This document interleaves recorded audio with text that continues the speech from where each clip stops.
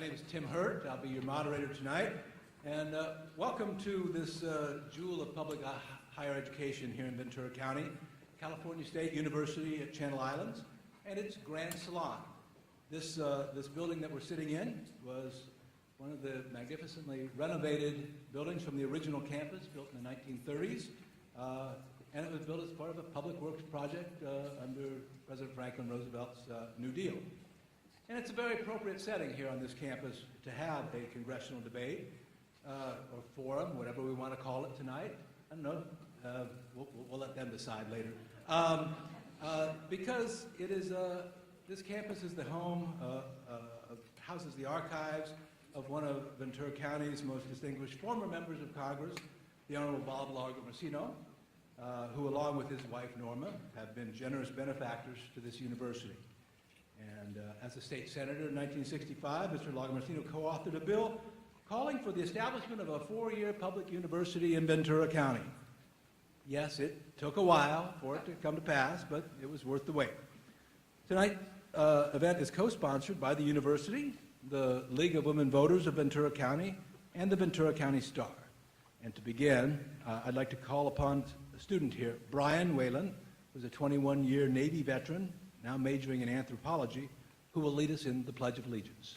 Brian?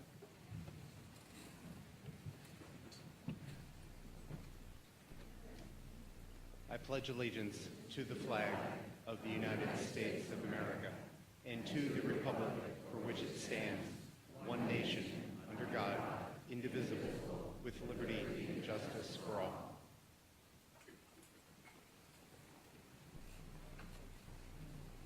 Also, I notice we have a number of people with us here tonight in the House who are Purple Heart recipients, and I would like to see if they might stand so we may acknowledge them.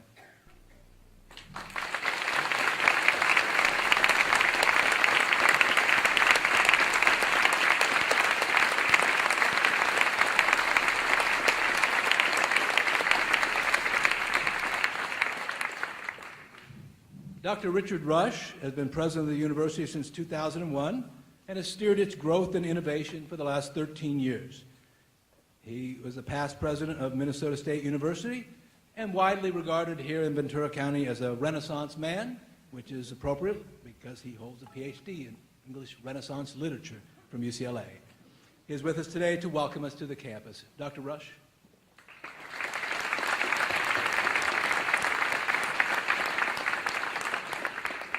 Thank you, Tim. Good evening, everyone, and welcome to your university.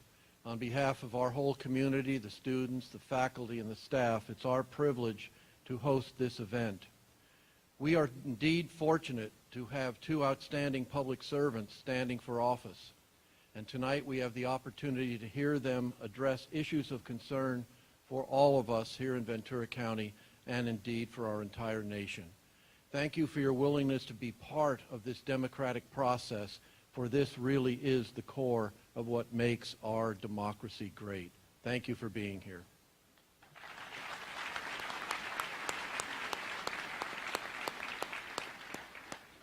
Each election season, the League of Women Voters of Ventura County plays a vital function in the democratic process in this county, sponsoring well-respected candidates forums for all manner of elected offices, from the smallest city councils to tonight's event, which features the candidates who seek to represent nearly all of Ventura County in the United States House of Representatives.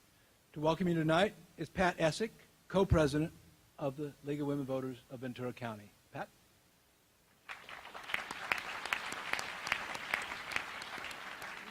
Thank you very much. There we go. As you heard, I'm the co-president of the League of Women Voters, and I'm very pleased to be here, as is the League. We are so happy that we were able to have the candidates here and for all of us to get to hear what they have to say. And we are very happy to participate in tonight's candidates forum. We thank all of you for being here tonight, and in particular the candidates, because we know all of the hard work you put into it. And without candidates such as you, who are willing to put in all that effort and time, we wouldn't have much of a government. So we're very happy to have you here. I'd like to give you a brief history of the League of Women Voters. How many of you know what the League of Women Voters is or are familiar with the League of Women Voters? Oh, good. There's quite a... For those of you who don't know, the League of Women Voters was founded in 1920 to educate the millions of new women voters granted the right to vote by the passage of 19th Amendment. Today, almost 100 years later, the League remains a nonpartisan but political organization that encourages the informed and active participation of citizens in government. To honor our historical roots, we keep the word women in the title, League of Women Voters, but the League is for everyone, men and women. We encourage all of you to help us with our mission, which includes our sponsor candidates forums, just one. We have a table just outside with materials on it. We hope you'll stop by, and if you're not a member, we hope you'll join us as you leave tonight. Think about that. The League also provides free web space to all candidates for public office on smartvoter.org. We have bookmarks with the website on it at the back table as well. Thank you again for being here tonight. It's wonderful to see all of you. It shows that you care about this district for Congress and our country and what these candidates have to say. But remember that democracy is not a spectator sport. Be sure to vote on the 4th and to encourage your family and friends and neighbors to get out and do the same. You have until the 15th of October to register if you have failed to do so. And now I'll turn it back over to Tim. Thank you. Thank you,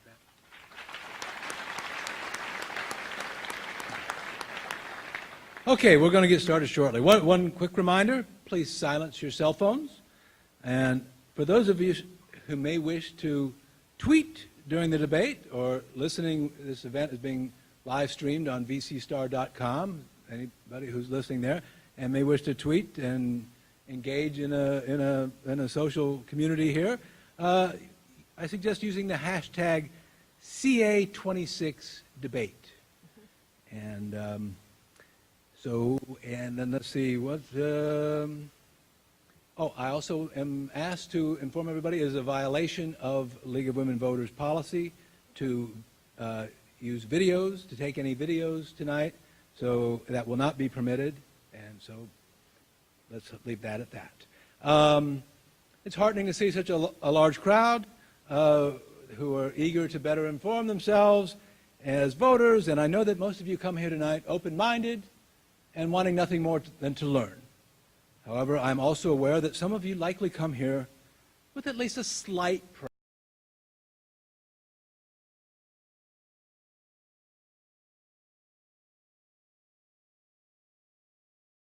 preference for one of these candidates. So, in the spirit of the League's policy of treating each candidate fairly and respectfully, and to produce a videotape that can be used here, there will be no applause, no booing, or other audible responses to the candidates. You will have a chance at the end to express enthusiasm, and also right now, as I ask you to welcome our two candidates, the representative of the U.S. House of Representatives from California's 26th District, the Honorable Julia Brownley.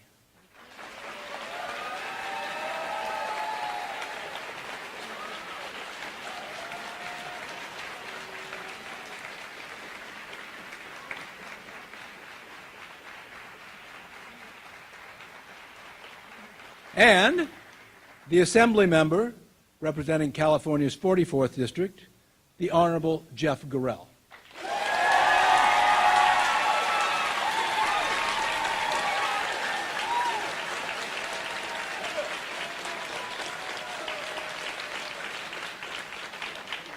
I had a hunch some of you had preferences. We will begin with a prepared question from the Cal State Channel Islands Associated Students, and then followed by one from myself. After that, all questions will come from you, and index cards have been, we're building a library of index cards over here. Volunteers will continue to collect them. We probably won't get to all of them, or perhaps not even as many as you wish, but be advised that We'll try to group them if there are multiple questions in the same category, maybe combine them. We'll try to cover as many subjects that it seems you want covered. And we do ask that you write legibly because none of us up here, our bifocals don't work like they used to. And so, one final thing before we get started, and that is I want to acknowledge a representative of our third sponsor tonight, the Ventura County Star, the editor, John Moore.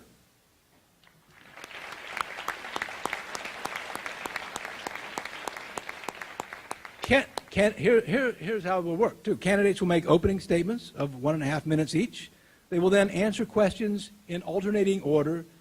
Rebuttal opportunities of 30 seconds will be allowed at my discretion. And in addition, I reserve the right to ask a follow-up question if I believe a response needs further clarification. And finally, then, each candidate will have a 1-minute closing statement. So let's first begin with opening statements. Mr. Gurrell, please begin. Thank you. It's an honor to be here this evening. I do want to start by introducing my family. It's my wife, Laura, is here this evening. And my baby son, Stephen, he's 7 months. And my daughter, Ashley, she's 12. And my son, Jack, is 5, and he's at home. He doesn't like debates. But we love this community. We're from Camarillo. Two of my kids are in public schools here, and we really enjoy living here. And we've been able to give back in many ways. For 7.5 years, I served as a deputy district attorney in Ventura County, prosecuting criminals, some of California's most dangerous criminals, and standing up for victims in the courtroom, sometimes women, sometimes children. I also serve as a member of the faculty at Cal Lutheran University, and for 10 years have been educating young people in this community. And now I get to see those young people working in nonprofits and in government and small business, and it's a great reward to me. I also have served as a commander in the United States Navy Reserve, and I'm a third-generation naval officer, having served 2 tours in Afghanistan, and that gives me great pride representing this very military town. And last but not least, I'm a state assembly member representing the 44th Assembly District. 44th Assembly District is most of Ventura County, and I've been able to stand up on the floor of the Assembly and represent this community with great honor. It takes my breath away. Do great things like help get more funding for Cal State Channel Islands, and to help pass the water bill, Proposition 1, to pass the Rainy Day Fund, which is Proposition 2, and to get emergency money for Wanini Beach mitigation, just some examples. I'm going to take that same spirit of getting things done and working in a bipartisan manner to Washington, D.C., where they need it more than ever. Thank you, ladies and gentlemen. Thank you, Mr. Gurrell.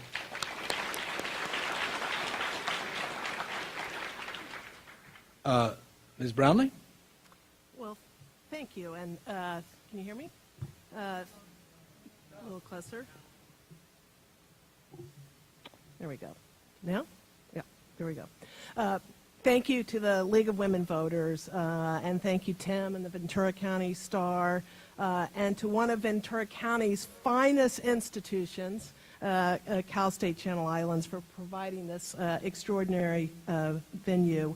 I'm Julia Brownlee, and I was elected as Ventura County's Congresswoman in 2012, and I'm running for re-election.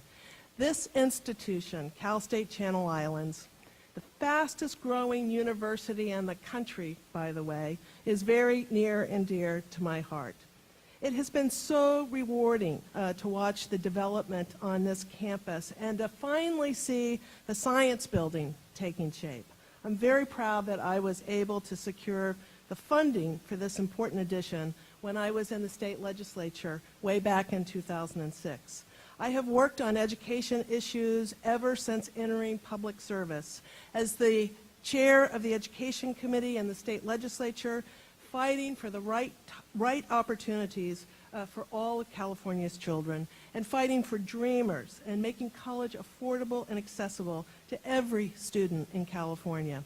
As a new member of Congress, I have been extremely proud and very honored to represent Ventura County, and I look forward to this debate tonight and answering all of your questions. Thank you very much. Thank you. And I will note that applause was appropriate for the opening remarks, but as we get into the questions, will dispense with that. So the first question is for Ms. Brownlee. Again, is from the Associated Students here. And the question is this: with the updates recently made to the Violence Against Women Act and Title IX, as well as the recent passing of SB 967, the affirmative consent bill in the state legislature, what are some of the things that you, as a member of Congress, can do to help us at the university level educate our students on sexual assault awareness, affirmative consent, and how to better educate our fellow students on this new way of thinking regarding an ongoing challenge? Well, thank you for that question. One of my favorite stories is to tell people 4 decades ago, I was a student in Washington, D.C., and was an intern on Capitol Hill. And I was so excited to be in the hallways of our United States Capitol, seeing women like Bella Abzug and Gloria Steinem and Barbara Jordan, Shirley Chisholm. These were really women warriors, and we were right smack dab in the women's movement. This was back in the mid-'70s. And it's pretty amazing to me to have now be a member of Congress, but almost 40 years later, to know that we're still fighting important issues as it relates to women. And certainly the Violence Against Women Act is a very important act that has been reauthorized to also include protections for students on our campuses. And I want to say to the students that I'm very glad that you raised this issue, because we need to build awareness not only here in Cal State Channel Islands, but across our country. Because violence against women, bullying, sexual assault cannot be tolerated. We must have a zero tolerance, and we've got to teach our young people the respect of women and the respect of their fellow classmates. Any kind of violence on a campus should be unacceptable. So I thank you for the question. Now, it's my expectation and hope that members of the audience will be asking questions about a lot of specific subjects tonight. But to start things off, on behalf of the STAR, I want to ask a philosophical question about your views on the role of government. And the question is posed to both candidates, and each will have the opportunity to respond. In 2012, when you were both members of the Assembly, California enacted a law that took the preliminary step of creating a first-in-the-nation program to establish a retirement savings program for the workers who do not now have access to a 401k. These new plans would be funded through contributions voluntarily made by employees and withheld from their paychecks. The bill required a market analysis that would be funded by private donations, and it required that the final plan to come back for another vote of the legislature before it could be implemented. Supporters argue that this would be an innovative way to help low-income workers accumulate at least a small nest egg at a time when an estimated half of middle-income workers face the prospect of living at or near poverty in their senior years. Now, opponents argue that this plan might expose the state or their employers to fiduciary risks, and that implementing it could place another burden on employers. Ms. Brownlee, you voted in favor of that bill. Mr. Gorell, you voted against it. And I'm wondering if you can reflect on what that vote might say or suggest about your view of the role of government and the limitations of government in our lives. Mr. Gorell? Thank you, Mr. Hurd. I'm going to use a portion of my time to respond to the earlier question that I didn't get to respond to. I do want people to know that as a district attorney for Ventura County, I stood up for victims of crime, including women, in the courtroom for 7.5 years. I also had the honor of being the third wave of U.S. military service members going into Afghanistan, a campaign that vanquished the Taliban and for the first time allowed women and children to go to school and to hold jobs for the first time in a generation. So I fought a war for women in Afghanistan, that today these children can go to school and these women can now hold jobs. The Violence Against Women Act is a resolution in the state legislature. I co-authored it last year. And I also supported and voted for the affirmative consent bill that was mentioned just a moment ago. As far as the 401k bill for private employers, it didn't make sense to me. It didn't make sense, so I voted no. It wasn't an easy vote, but I'll tell you what I had in I had so many calls to my office from small employers that said that this is an unfair burden upon small businesses. And also, this was an opportunity for the state of California to start for its very first time getting involved in holding on to and regulating small retirement accounts. This is the same state of California, by the way, that can't control its own bureaucracy with DMV, and then had a $30 billion deficit the year that I showed up to Sacramento. Is this the same government we want holding on to billions and billions of retirement savings and overseeing and regulating retirement savings for those in lower income, when these 401k opportunities are available to these same people through the private market? It just didn't make sense to me. I labored over it, I evaluated it, and I ended up voting no. Thank you. Thank you. And Ms. Brownlee, I said both candidates will get a chance to respond to that question. Well, thank you for that, and I know a lot of you have heard me tell these stories before, but my grandfather suffered through the Great Depression. He was a great hero of mine and would tell me stories over and over and over again about the impacts of the Great Depression, and he lived in a very, very small one-bedroom apartment and always said that without Social Security and Medicare, he would have never even had the opportunity to live in this very small apartment that he and my grandmother lived in. This was an important bill. Anyone, in my opinion, who works really hard, who follows the rules, and makes a contribution to their employer, to their communities, should have an opportunity to have some sense of security as they get older, or, God forbid, something happens to them along the way and they can't be in a job and earn an income. So to keep our economy strong, to spend money up front and not have to spend it on the back end because someone is out of a job, unemployment insurance, homeless on the street. Ms. Brownlee, I thought this was an important bill to support. Yeah, thank you. This next question is for Mr. Gorell. Social Security, and this is the first question that you all get to ask. Social Security reform is one of the largest issues facing the current and future budgets. And what proposals would you be willing to accept to address the long-term stability of the Social Security Trust Fund? Thank you, Mr. Hurd. First of all, Social Security is an important safety net for so many millions of Americans that I fully support. I think we need to make sure that it's solvent. We need to make sure that it's fully funded. We need to make sure that all of those Americans who are relying upon Social Security and Medicare will have that available to them. But there's two things that need to happen. One is that to make Social Security and Medicare truly solvent, we need to grow our economy. With a bustling economy in the United States, we're going to create the revenues that go back to Washington, D.C. and truly make Social Security solvent. And that's exactly what we need to do. And I will continue to work on the same kind of things I worked in Sacramento and Washington, D.C.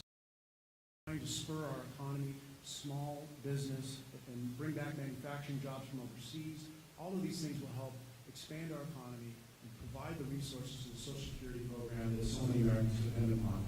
What reforms need to take place? There are a number of suggestions. I think they're all on the table for the next generation, not those that are currently relying upon Social Security or who are close to and planning on relying on it. I think that we need to put all of these reform options on the table and then just discuss them in thoughtful ways, because without reforming Social Security and Medicare, eventually these programs will become insolvent and will disappear. So the responsible thing to do is be thoughtful, bipartisan, and work on these to save them for future generations. Ms. Brownlee, I'm going to give you a short period to add your own response. 30 seconds. On Social Security, I will protect Social Security for today's seniors and tomorrow's seniors, period.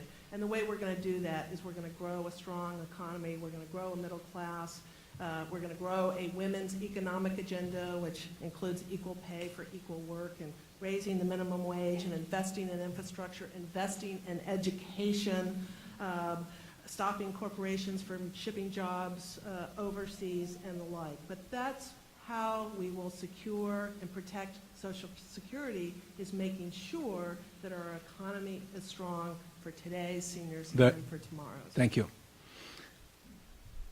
All right, this question goes to you, Ms. Brownlee.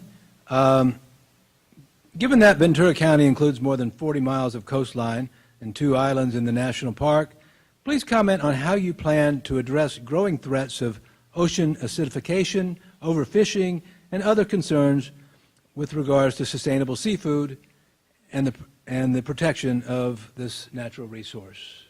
I'm sorry, Tim, I didn't hear the middle part. Okay, well, you know, basically we're talking about the protecting of the ocean resource and what can be done to, or what might need to be done to preserve the sustainability of our ocean resources. Thank you for the clarification. Well, you know, we are all so lucky to live here in Ventura County and to have such a beautiful, beautiful coastline and the Channel Islands out in our ocean. And protecting that coastline and protecting our ocean is extremely, extremely important to this community and for the next generation. Our natural resources are finite, and we must be good stewards of our environment and good stewards of our coastline. And the life that lives below the sea is important as well to our health and vitality, and for those who want to recreate out in the ocean. All of this is very, very important. So I have always been a strong supporter of our coastline. I have been a strong supporter of our environment and making sure that the air we breathe and the water we drink is clean for today's generation and for our children as well. You know, these next 4 questions cover such important issues in the discourse of politics in American politics today. I think it's only appropriate that both of you get a chance to answer these next questions. I forgive the good people at the League of Women Voters if I'm straying from the rules, but that's where we're going with this. So the first question, and Ms. Brownlee, it will be, no, Mr. Gorell, it will be to you first. What is your position on the use of U.S. troops in Syria? Do you believe airstrikes alone will work? And going forward, what should our military posture be in Afghanistan? Thank you. I have the honor of serving for 15 years in the United States military. I'm an intelligence officer in the Navy. I've been all over the Middle East and Central Asia, including North Africa, Kuwait, Bahrain, twice to Afghanistan.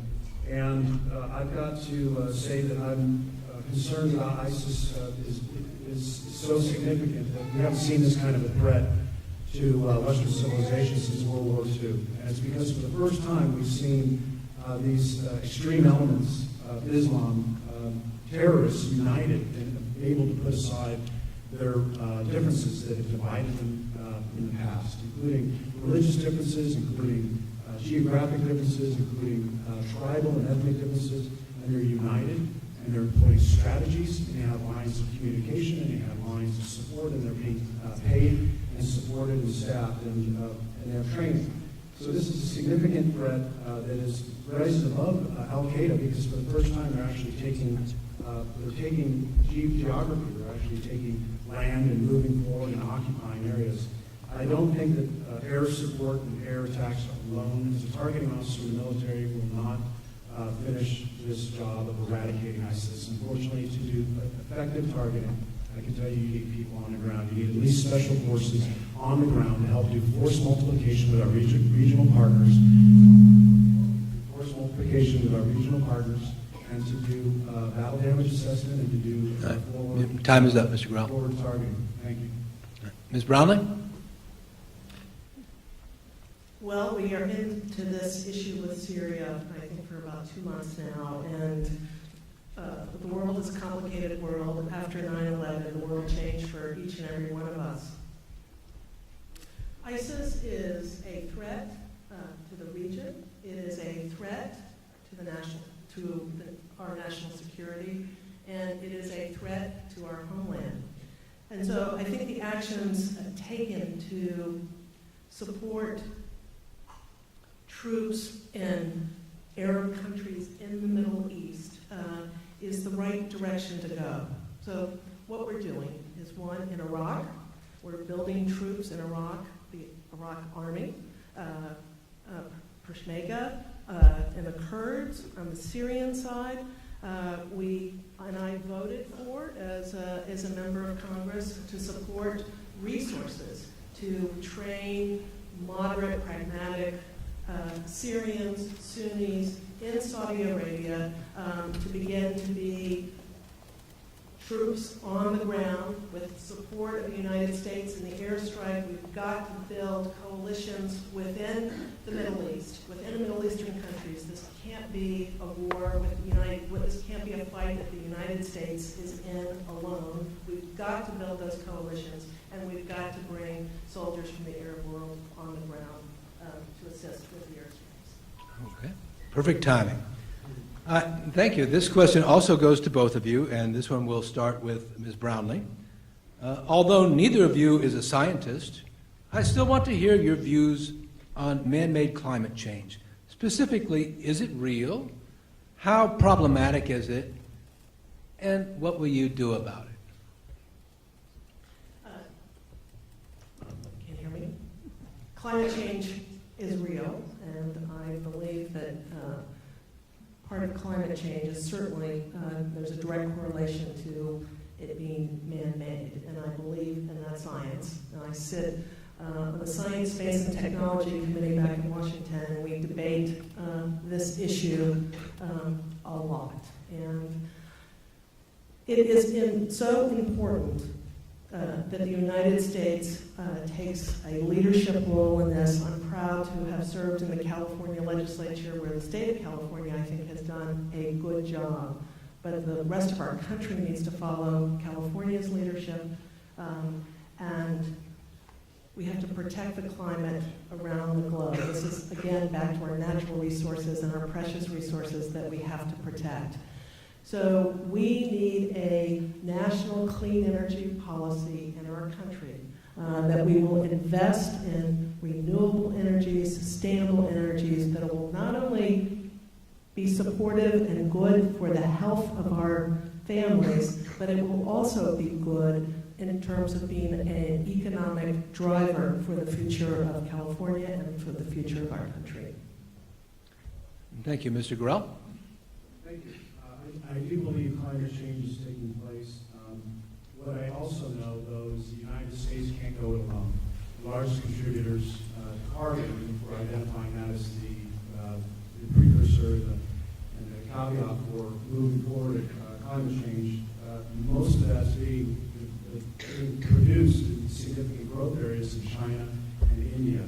And if those nations aren't willing to participate in a national effort to reduce carbon, then the efforts of California alone, for 832, or the efforts of the United States alone, simply will not make a dent in any kind of a global effort to change global climate change. But we're doing our part here in California, at least. And the things that I'm proud of is I've moved forward a renewable resource agenda in the California State Legislature, and I'll continue to do that as a member of Congress. In fact, I enjoyed offering a bill this year with Democrats that allowed just here locally, the base of Ventura County, to lift the cap on the amount of renewables they use on the base so they can be energy independent on the base. They were previously allowed only 1 megawatt of production. Now this bill will allow them to be energy independent using wind and solar, and that will not only allow them to be more environmentally friendly, but maybe base of Ventura County now can compete with other bases as they make themselves more competitive when it's possible they can be considered for closure of the Navy base in 2017 in the next round of base realignment closure.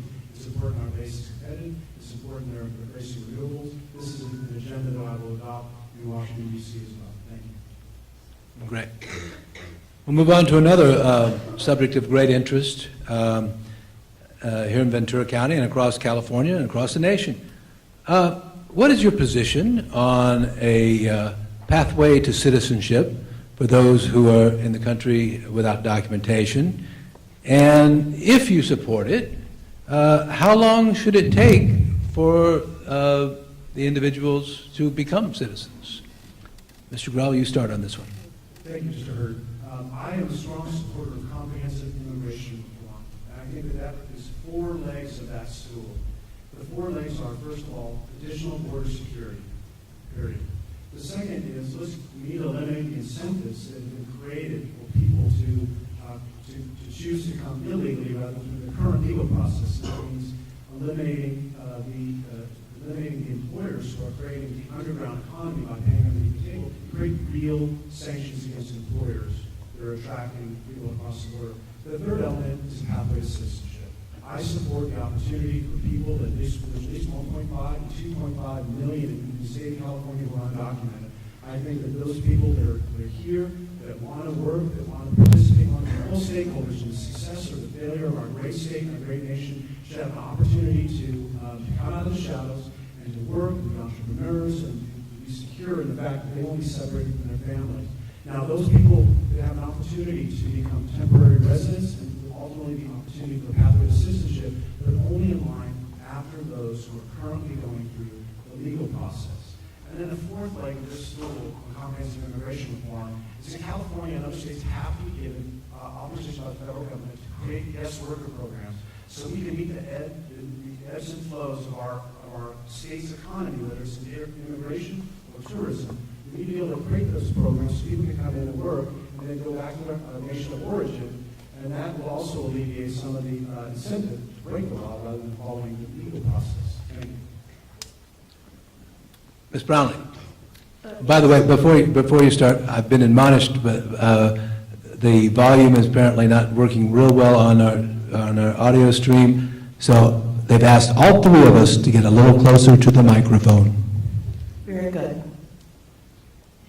We are a nation of immigrants. We're a nation of dreamers. Comprehensive immigration reform is extremely important for Ventura County, for the state of California, and for our nation. In Ventura County, we're sort of a microcosm here in Ventura County, really for the nation, because we have part of our economic driver is our agriculture and part of the beauty of this county. And also on the other side of high tech and biotech, where we're graduating and educating our dreamers and then saying, well, we don't want you to fill our jobs. So it's important on both sides. I have been a strong supporter of comprehensive immigration reform. We support the Senate bill, we've debated the House bill, but all parts of those bills include border security, extremely important, making sure that families have the opportunity to stay together, that dreamers have their opportunity as well, and if you work hard and follow the rules over a very long process, 14, 15 years, you too can have the opportunity to live here legally and participate in our communities and be a very important part of a strong economy. Thank you, Congresswoman. Now the next question, and we'll start with you, Ms. Brownlee, and this one, I'm going to read the card. Okay? All right. It says, both candidates claim to be pro-choice.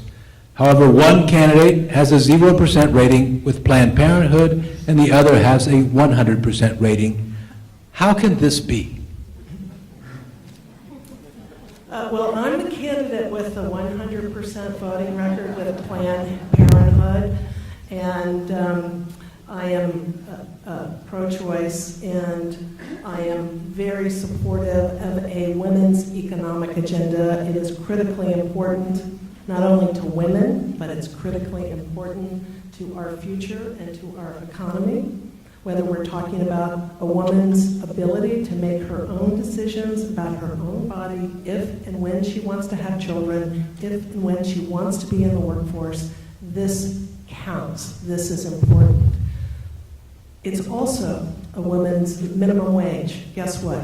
Of the 100 million people who live in poverty in our country, 70% of them are single women and single women with children. Equal pay for equal work is also very important. All three of these components, the right to choose, raising the minimum wage, equal pay for women, is critically important for women, A, to succeed, but when women succeed, it's not only good for women in our country, it is good for men. And when women succeed, Ventura County succeeds, and our country succeeds as well.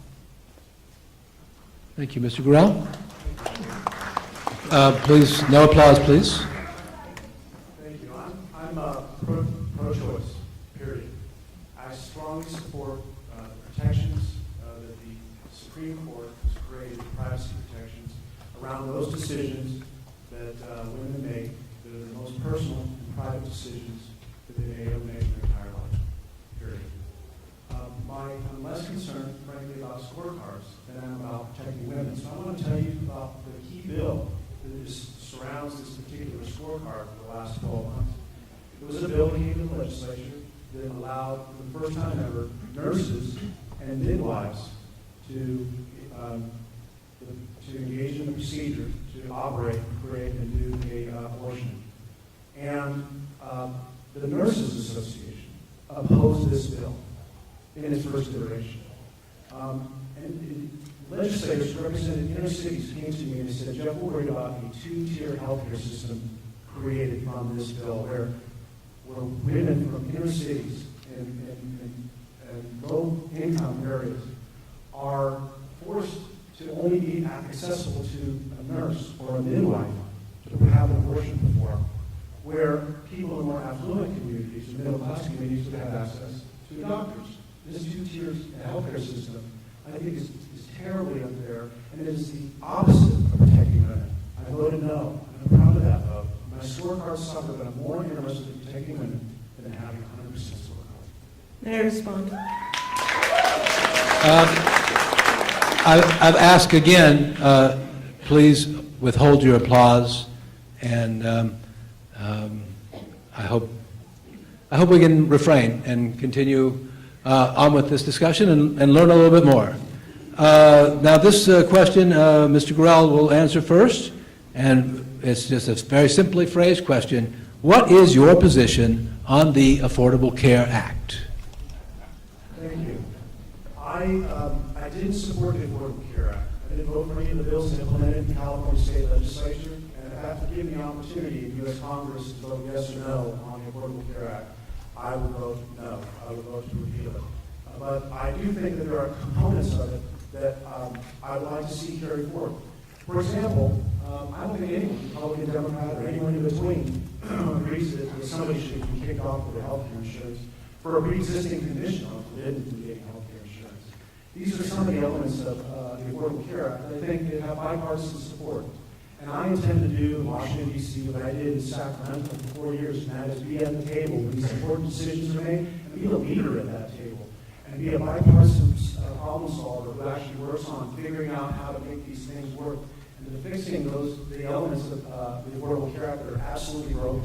And they are. Because I get hundreds of calls to my office from people throughout this community who say that they're no longer allowed to see their family doctor that they've had for 30 years, or that they've been bumped off their individual plan that they've had for so many years in their business, or that they have to now charge more of their employees for health care and they're going to have to lay 2 people off, or that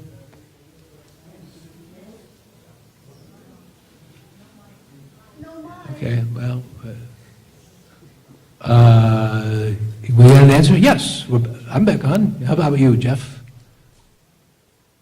hello, does that work? Yes. Or that their plan was simply canceled and they're not sure where to turn next. I have here a letter sent to Frances Prince. Frances Prince was the former mayor of Thousand Oaks, a lifelong Democrat. And this letter was sent to her to tell her that the public... Your time is up, Mr. Crow. The timer's there. There was a yellow sign that said there were 30 seconds left. Mr. Grohl could see it.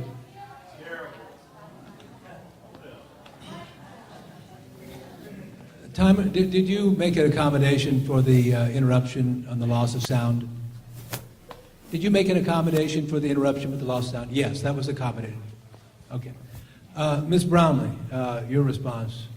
Well, I just wanted to go back to the previous question because the bill that Jeff was talking about in terms of a two-tier system, I think he's got it dead wrong. It is about about making sure that women across our country, poor women, women of low economic status, all have access to making sure that they can make their decisions about their own bodies. I want to be clear about that. So I support affordable, high-quality health care for every single American. And I can tell you, as I travel through Ventura County, the Affordable Care Act is working for some. Some approach me with tears in their eyes, saying for the first time with their children who had a pre-existing condition and they weren't denied their health coverage. And I've had others who said, this is not working for me at all. My premiums have gone up. I don't have access to the doctor that I had in my old insurance policy, and not happy at all. So we have to work towards fixing it. But we cannot go back to a place where a pre-existing condition denies you health insurance, where you have a cap on your health insurance policy. So if you're really sick, we're going to help you halfway through. The rest of it's the rest of it is on your tab.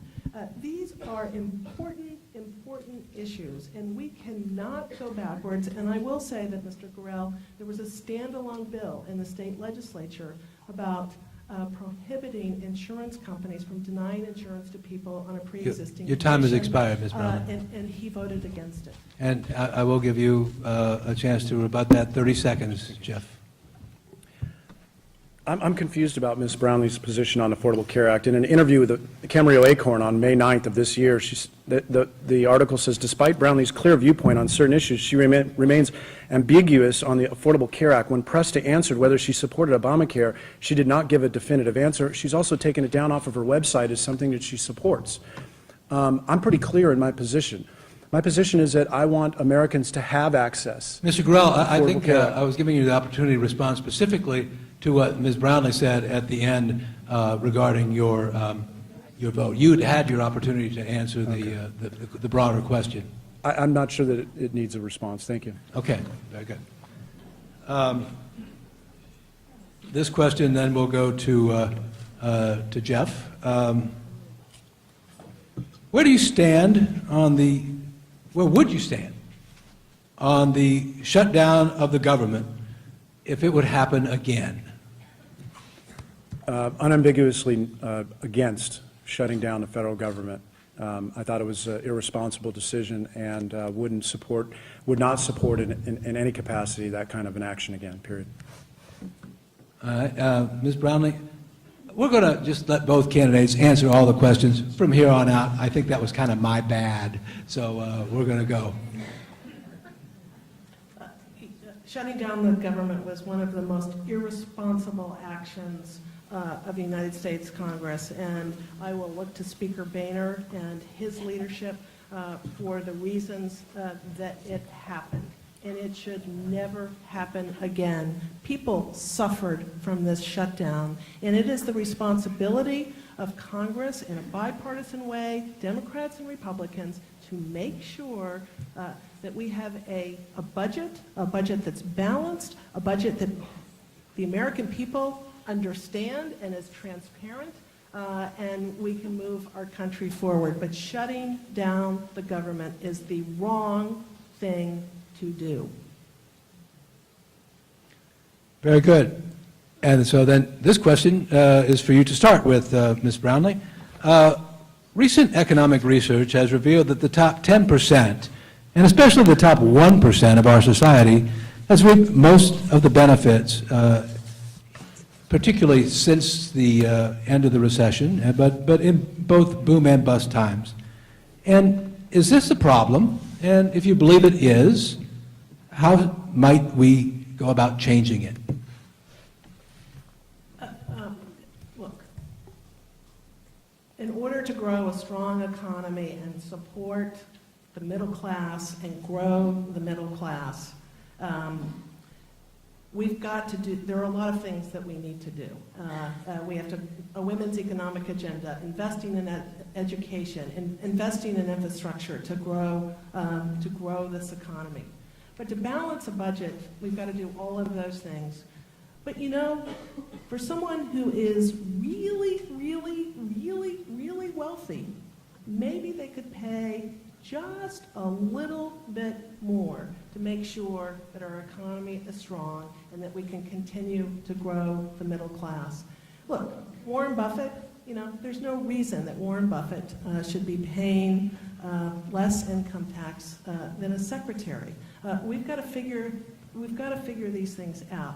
But most importantly, my focus and my priority is always to grow the middle class and make sure the middle class is strong for every single American. And if we do that, everybody is going to benefit from it, whether you're rich or not so rich.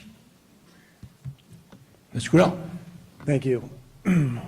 We need a jobs policy that attracts back the manufacturing jobs that this nation has lost, because those are the means of production of the true middle class, middle wage, family wage jobs that folks can move their way up from.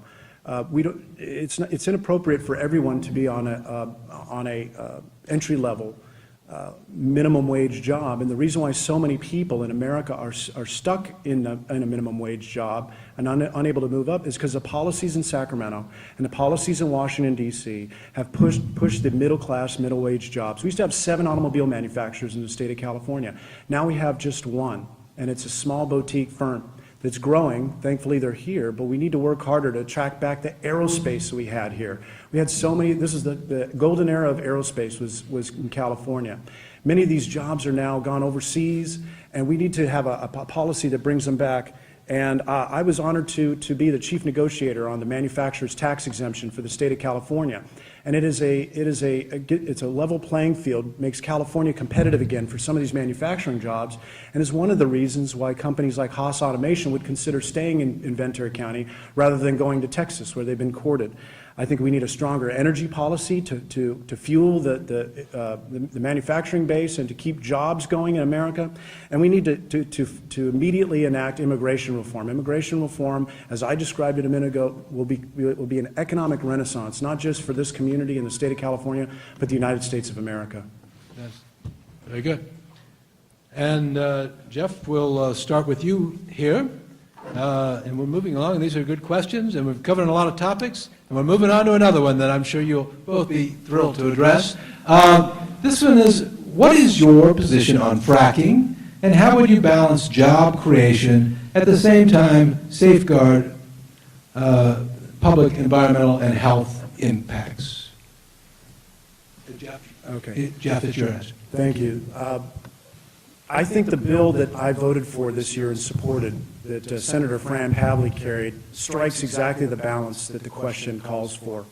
And that is, fracking as the newest evolution in the ability to extract oil and natural gas is a big job creator for the state of California and all throughout the nation. But we also need to balance that out with the fact that we love our beautiful environment here. We need to protect our aquifers. And we need to ensure that we have transparency. We know how this process is being engaged in our community. So the bill I supported was carried by Senator Fran Pavley, and she is a steward of the environment, a well-known champion for the environment. And the bill creates common sense guidelines and regulations around fracking that allow us to know what's being used, so it's transparency, and creates guidelines to protect safety of people, public safety, and the environment. So I was proud to stand up for that, and I think it strikes exactly the balance that we need to have in the legislature and in Congress. Thank you, Julia. Fran Pavley is a colleague of mine, and I certainly support the bill that she moved forward in the legislature, which I think was a pretty strong compromise on her part. There's no question that we need to understand the science behind fracking. We're in the middle of a drought here in Ventura County, so our aquifers and our groundwater is extremely precious.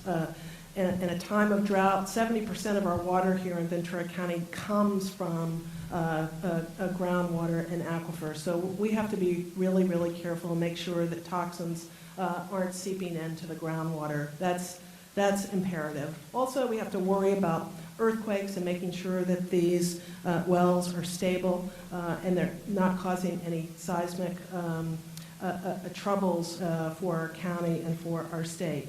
So we need to move forward. But I will say that, Jeff also voted against looking at issues to maybe pull back from fracking until we really do know the science to make sure that we're protecting, as I said, our groundwater. And I'll also say, Fran Pavley was the author of AB 32, which is our major climate change bill here in the state of California, and he also voted to roll back that legislation in the state legislature.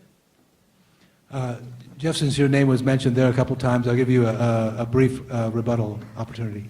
Thank you. AB 32 was passed in 2006. I wasn't in the legislature then.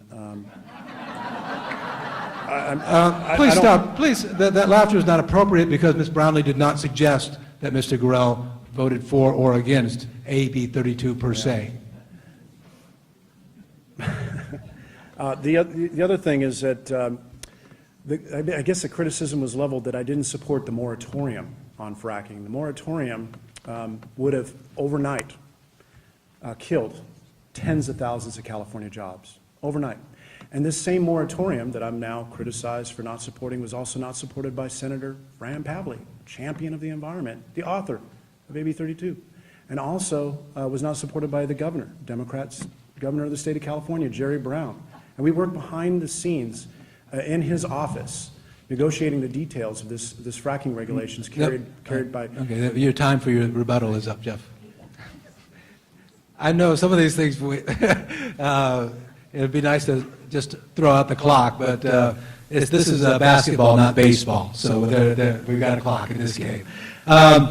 Okay, this next question goes first to Congresswoman Brownlee.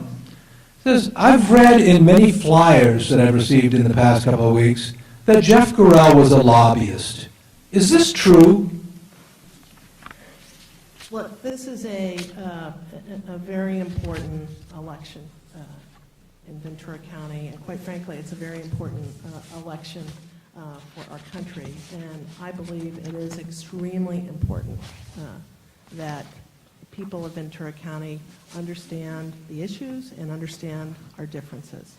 So there's lots of documentation here that Jeff has called himself a lobbyist. He said he's not a registered lobbyist, and I'll accept that. He's not a registered lobbyist. But if you look at various websites, his own LinkedIn website, he calls himself a lobbyist. He worked for the California Manufacturing Association. He worked for Paladin Principles. And in both cases and in both areas, he talked about his job and his responsibilities around lobbying. So the only thing that I can conclude is that, yes, Jeff, prior to being elected to the state legislature, was a lobbyist for the oil and gas companies.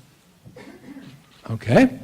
Mr. Gorell, you get a chance to respond. Thank you, Mr. Hurd. Actually, this portion of the debate might be between you and the incumbent, because this article that you wrote in the Ventura County Star says, but was Jeff Gorell a lobbyist, ? The short answer is no. So this portion of the debate perhaps is answered, but what I do want you to know is, why would the incumbent call me a lobbyist? Maybe it's perhaps because she's trying to distract voters from the fact that I served in a combat zone, that I served in a courtroom, that I served in a classroom, and that I've served in the California State Capitol. Has any of her flyers talked to my service overseas or my efforts as a bipartisan legislator? Has any of her flyers talked about the fact that the Sunlight Foundation ranked me as the second most moderate, second most bipartisan member of the California State Legislature? Has she talked about the fact that I've been teaching for 10 years at California Lutheran and have had classrooms full of students that are now productive members of this community? None of that. This is a distraction, and is part of a very disappointing and very partisan campaign being run by the... Your time is up, Jeff. May I respond? You may. A short rebuttal. Well, first, I just want to say to everyone that I really honor Jeff and his service to our country. So let me just, put that right out there. The point is, in a job, when you're lobbying, you're lobbying for one particular interest. And if you look and study the voting record of Jeff in the state legislature, you will find on many occasions that Jeff has put special interests, the interest of oil and gas companies, the interest of tobacco companies, the interest of bringing LNG here to this community. Okay, your time for rebuttal has The expired. citizens of Ventura County. Your time for rebuttal has expired, but since we got a little back and forth, but I'm going to cut the time even more. Jeff, you got 20 seconds to rebut that. Thank you. It's interesting that the word special interest is used because 90% of the money that the incumbent has raised for her congressional campaign has come from outside the district and from special interests and from the kind of companies that she's talking about me wanting to represent. She gets her funding from places like PG&E. That's an energy company. Your rebuttal time has dispersions are expired, Jeff. inappropriate. Thank you. You know, I've been a reporter for a long time, and sometimes people come back to me and they believe I've quoted them out of context, and I think now I understand their concerns. So this next question goes to Ms. Brownlee first. Do you believe that Guantanamo should be closed? And if so, what would you suggest be done with the prisoners that remain there? This is a tough issue. As I said before, our world has changed really for all of us since 9/11, and it's a scarier world to live in, and there is a threat of terrorism around the world and a threat of terrorism here in our homeland. So we want to make sure that terrorists who are in our country are secured and not out in our neighborhoods, because first and foremost, it is about the protection of you, it's about the protection of your families, it's about the protection of our communities in our state, in our country. So this is a tough one. On the other hand, Guantanamo Bay is very expensive to operate. There is the cost of Guantanamo Bay over and above putting prisoners in very secured prisons that has to be balanced. So for me, I am always going to take the safety of the community first, and that will always be my priority. Mr. Grell? Thank you. I absolutely oppose closing down a Guantanamo. And I do not want any of those prisoners brought to the United States, and I do not want them put on trial, and I do not want them given the kind of rights that other criminals would get here in the United States. The ever-presence on TV every night of ISIS and its growing ability to be funded and to recruit and to train and to bring people from all over Western Europe, Central Asia, Australia, United States, people trying to get on a plane to fly over there from Chicago. All of this should concern you that there is a growing element of extreme Islam out there, and we're watching on the internet beheadings. The same people that are in Guantanamo are the same people of the same ilk of ISIS, and we need to make sure that they don't ever set foot on United States soil. And the incumbent has voted to close down Guantanamo, has supported the president's effort to close that, and that means that those prisoners are coming here. There's no other way that they can be dealt with. May I just respond, because that's inaccurate, and these have been tough votes for me, but I have not voted to close down Guantanamo Bay. I want to be perfectly clear to everyone who is here. Very good. The next question, with which, oh my goodness, I think we start with Mr. Gurel on this one, and it is to protect the United States from the Ebola virus. Would you support banning flights from West Africa or returning deployed troops? That's a great question. I do think that we need to do more than we're currently doing. I don't think that it's time for the public to panic, but I do think we need to have screening in Western Africa. I think that a consideration of stopping flights, certainly narrowing the number of flights coming over. I think that we need to do a lot more. From the information I've received back from Texas, for example, is that we are not, as a community, as a nation, handling this appropriately. And what we don't want to do is see this get out of control. Now is the time to act, not a month from now when it's out of control. So I would absolutely support greater sanctions along with the effort to not create panic in the community. Thanks. Congresswoman?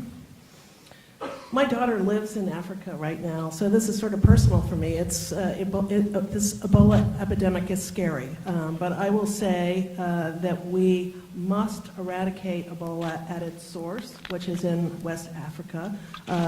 Time and speed is of the essence in terms of this.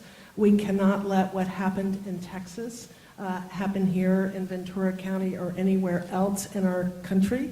We have to make sure that we're following the right protocols. We cannot have panic, but we have to have vigilance in making sure that we are eradicating this at its absolute heart. And it has to be an international effort. The United States is an important leader in all of this, but it has to be an international effort. And I support all of the deployment of additional medical personnel and other treatment centers and so forth at the heart in West Africa to make sure that we can get a handle and control of what's happening there. When we do that, then we can take care of the isolated cases and put this issue to bed. But it's an important one, and it's important that we follow all of the protocols of both the CDC and Homeland Security. Very good. And this question would be to you, Julia, to begin. Across the country, not in California, but in many states, we've seen a proliferation in the past few years in legislation that dealing with voting rights, eliminating early voting, requiring ID at the polling place, and a number of other changes that some have argued are designed to suppress voter turnout. Is there a role that the United States Congress can or should play in making certain that state laws permit fair elections where every citizen in the United States has the opportunity to cast a ballot? Well, I thank you for the question, and this is a question that really is at the heart of our country and our democracy.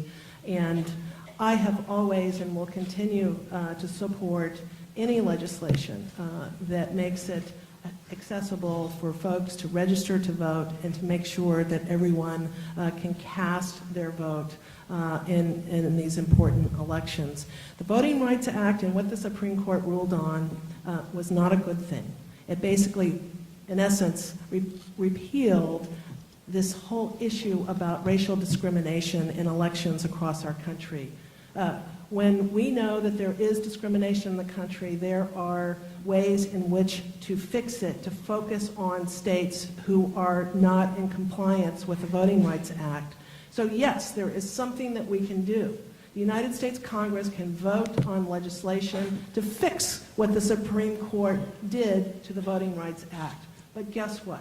Speaker Boehner and the Tea Party Republicans back in Washington refuse to put a bill like this on the floor, and they want to obstruct and continue to obstruct what is happening across our country, many, many states across our country that are prohibiting individuals to exercise their right to vote.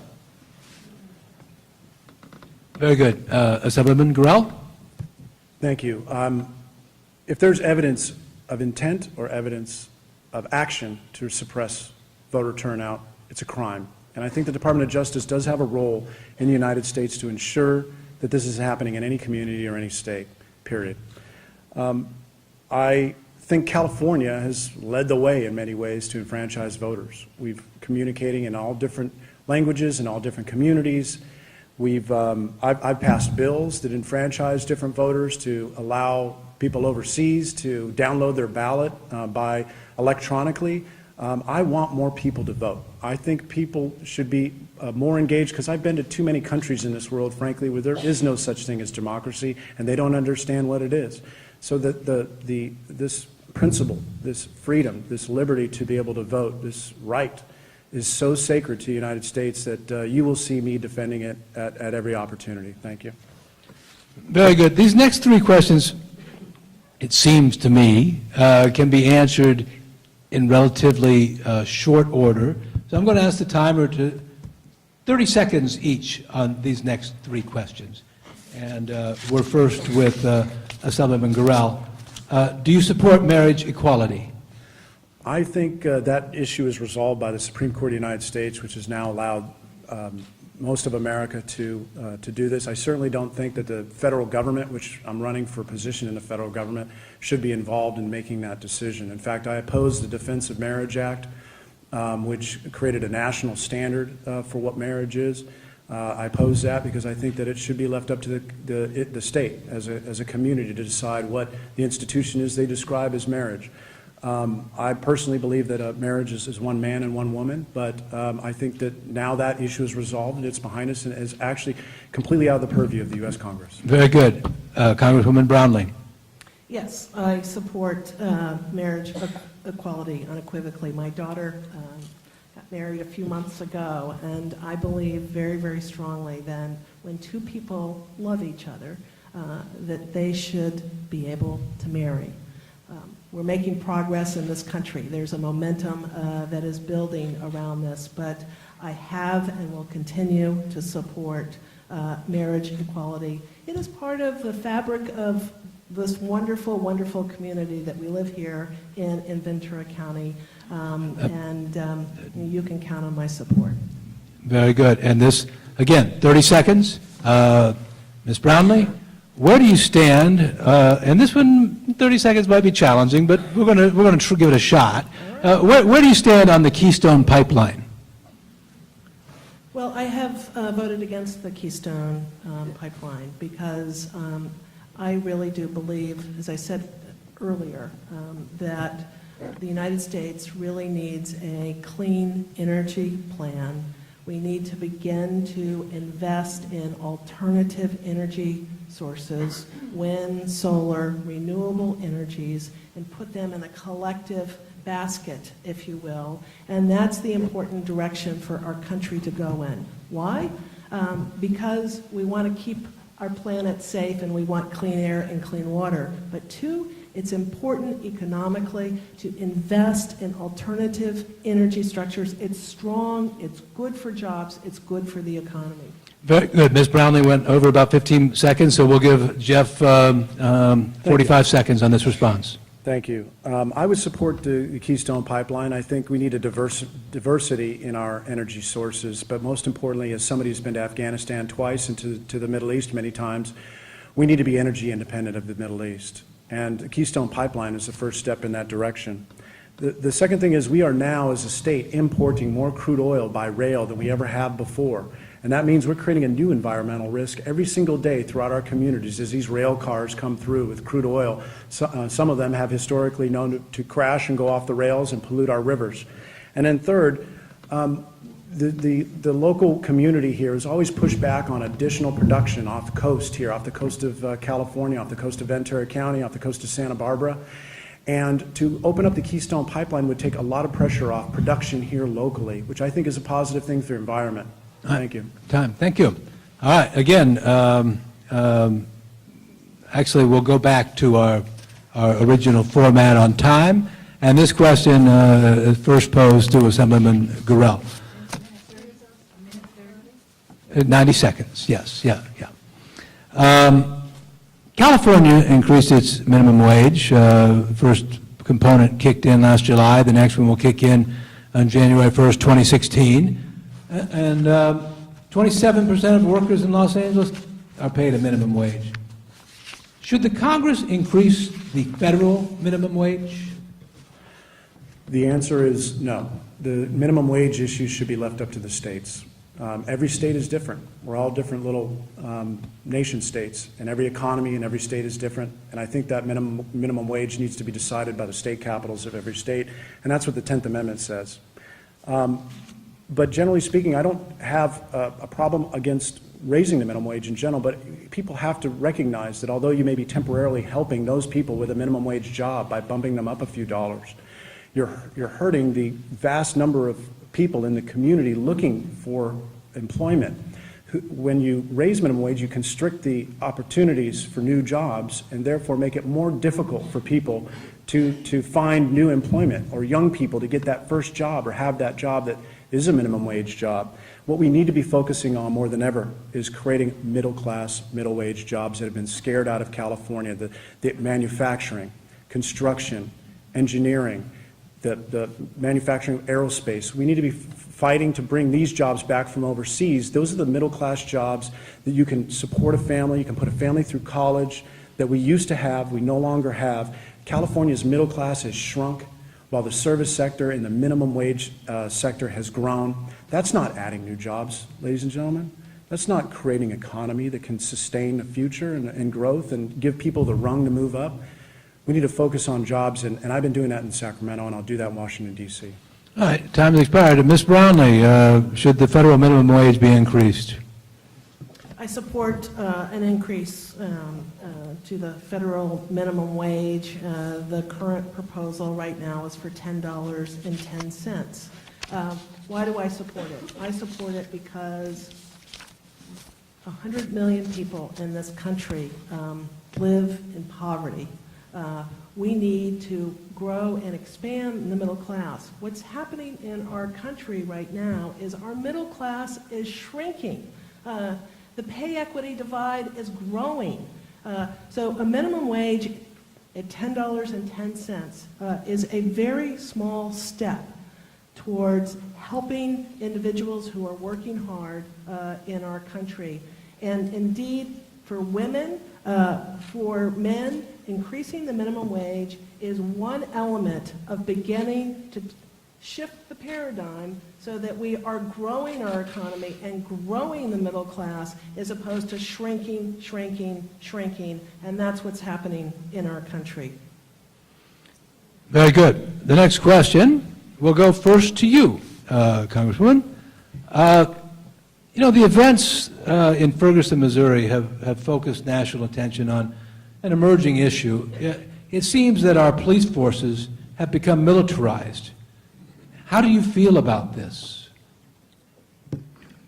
Well, this is an interesting question because I'm thinking back to the discussion we just had around the Voting Rights Act as well. But watching what unfolded in Ferguson was really devastating. And what happened in Ferguson was there was a complete lack of trust between the community and the police force. They had a police force in Ferguson with 3 people of color on that police force. In Ferguson, 2/3 of the population in Ferguson were African American. You have got to have a police force that is much more reflective of the community. Los Angeles learned that lesson a decade or so ago.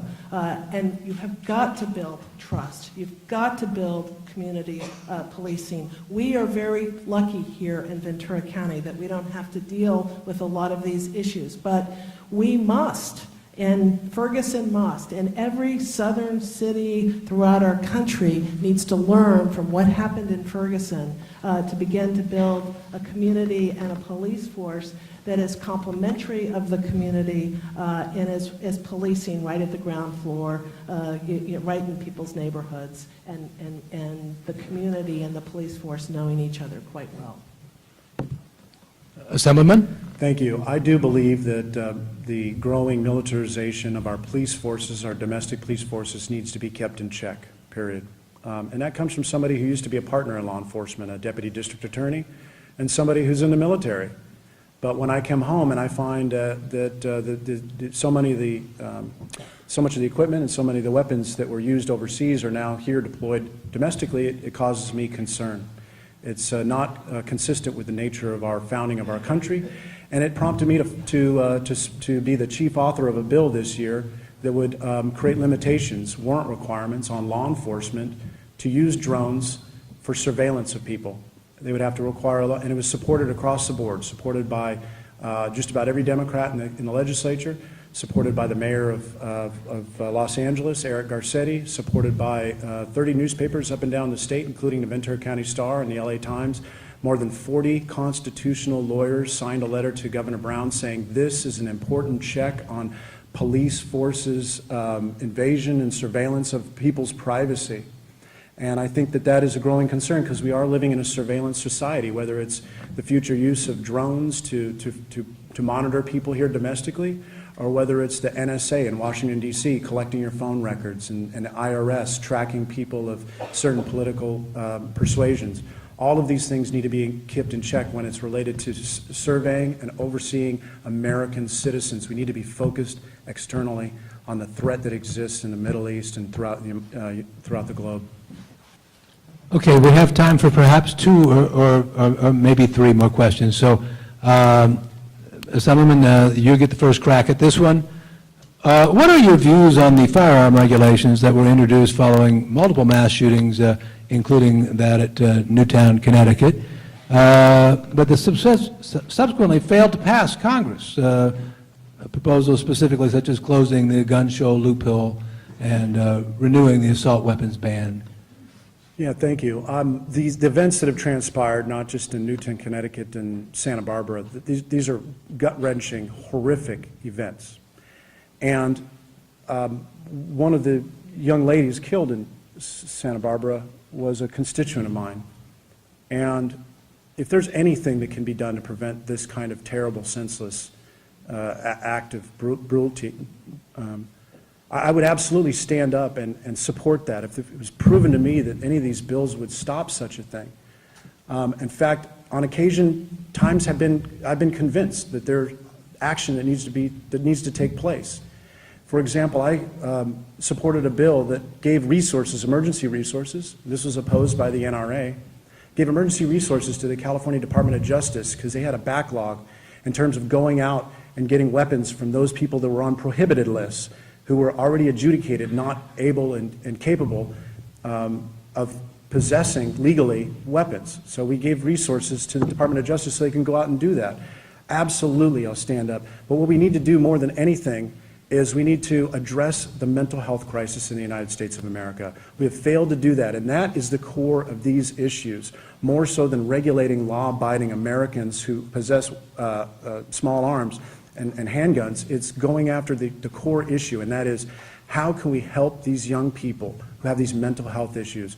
And I will be a champion on that issue in Washington, D.C. Great, your time has expired, and we'll move to the Congresswoman. This is a very important issue, for our country, and as the question implies, what happened in Sandy Hook and what happened in Santa Barbara was just tragic.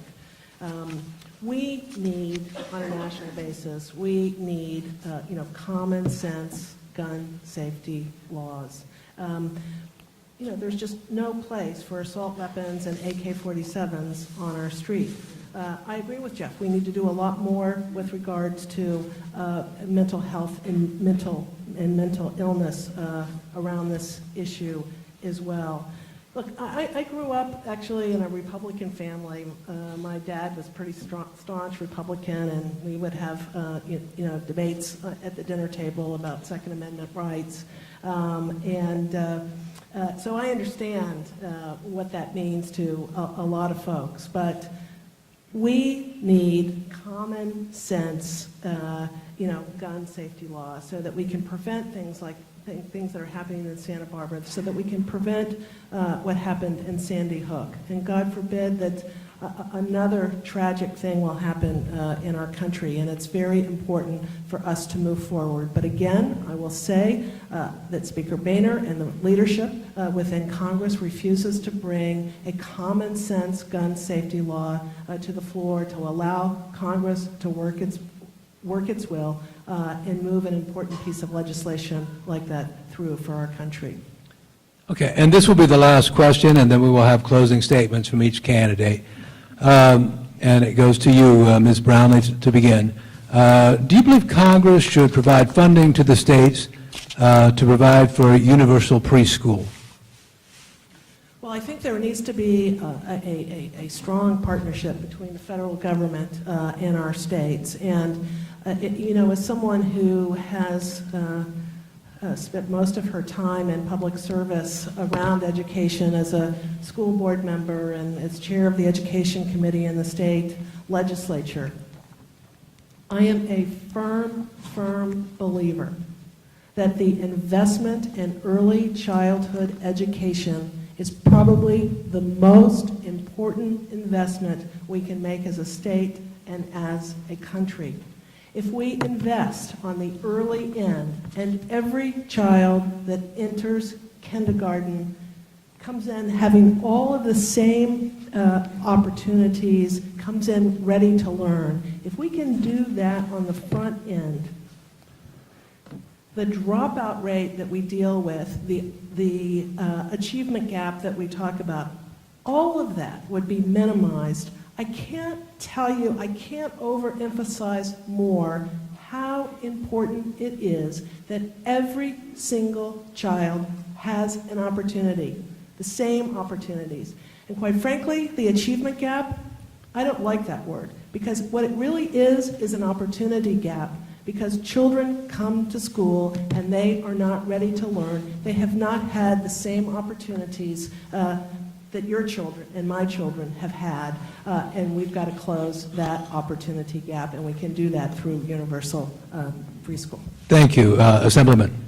Thank you. I'm actually very excited to talk to you a little bit about some important things that happened this year. I'm a strong supporter of early education. I think it gives kids a leg up in a very challenging world, and it is a great equalizer in our community's education, and that starts at the very early ages.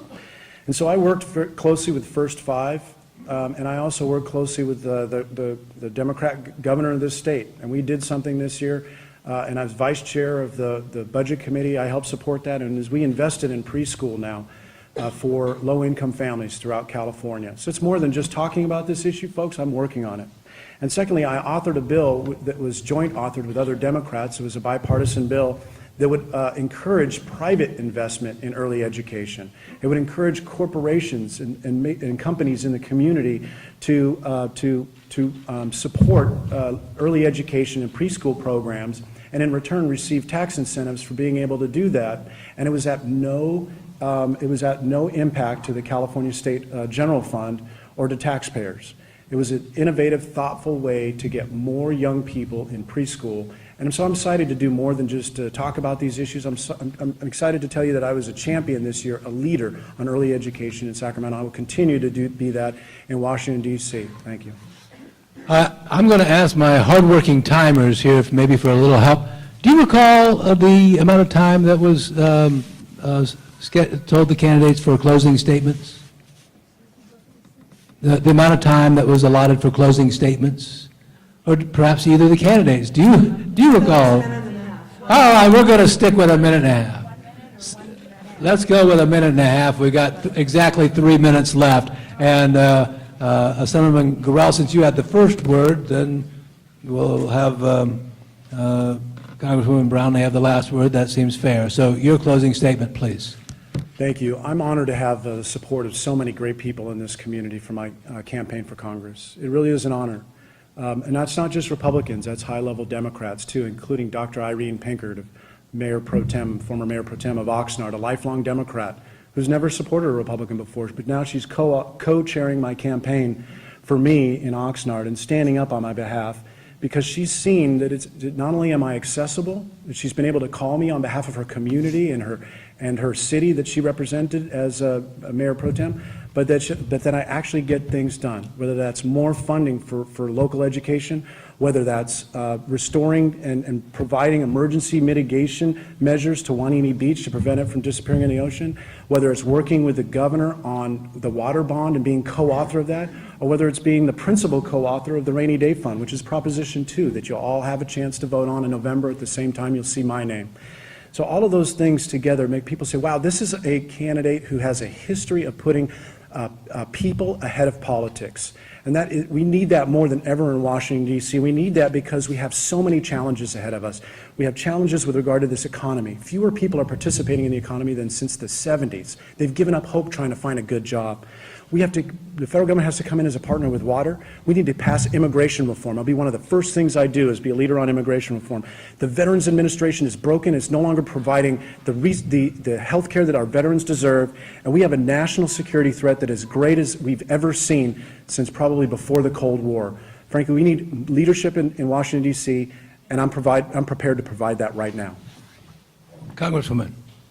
Well, thank you all for being here, and thank you for your questions.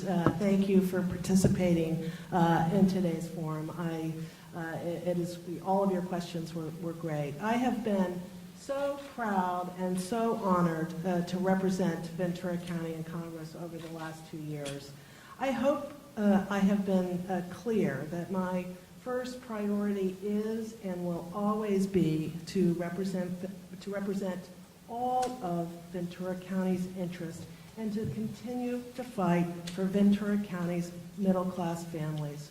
From a woman's right to choose to gay marriage, fighting to make sure every single veteran receives the care they have earned and deserve, protecting the middle class, Social Security, and Medicare. And I will continue to roll up my sleeves to serve you, and to fight for you every single day. We've accomplished a lot in just under 2 years, from dredging at our harbors to sand on Wainini Beach, passage of an important farm bill for Ventura County, protecting Naval Base Ventura County, and working across the aisle to secure landmark legislation to help veterans here at home and across our great nation. I feel like I'm just getting started, and I hope all of you, most importantly, will vote in this election. This is an important election for Ventura and for our nation, and that you will give me the opportunity to continue to serve you and to represent you in Congress. So thank you very, very much. All right, thank you. Let's hear it for both of our candidates.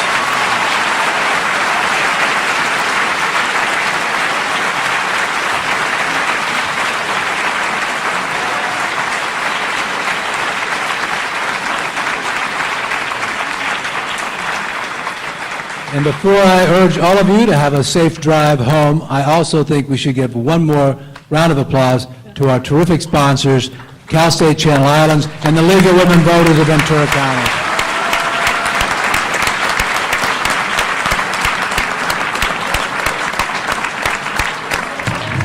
Thank you and good night. Well, see ya. All right. Have a long on the campaign trail. Yeah, you too. See ya. Good luck.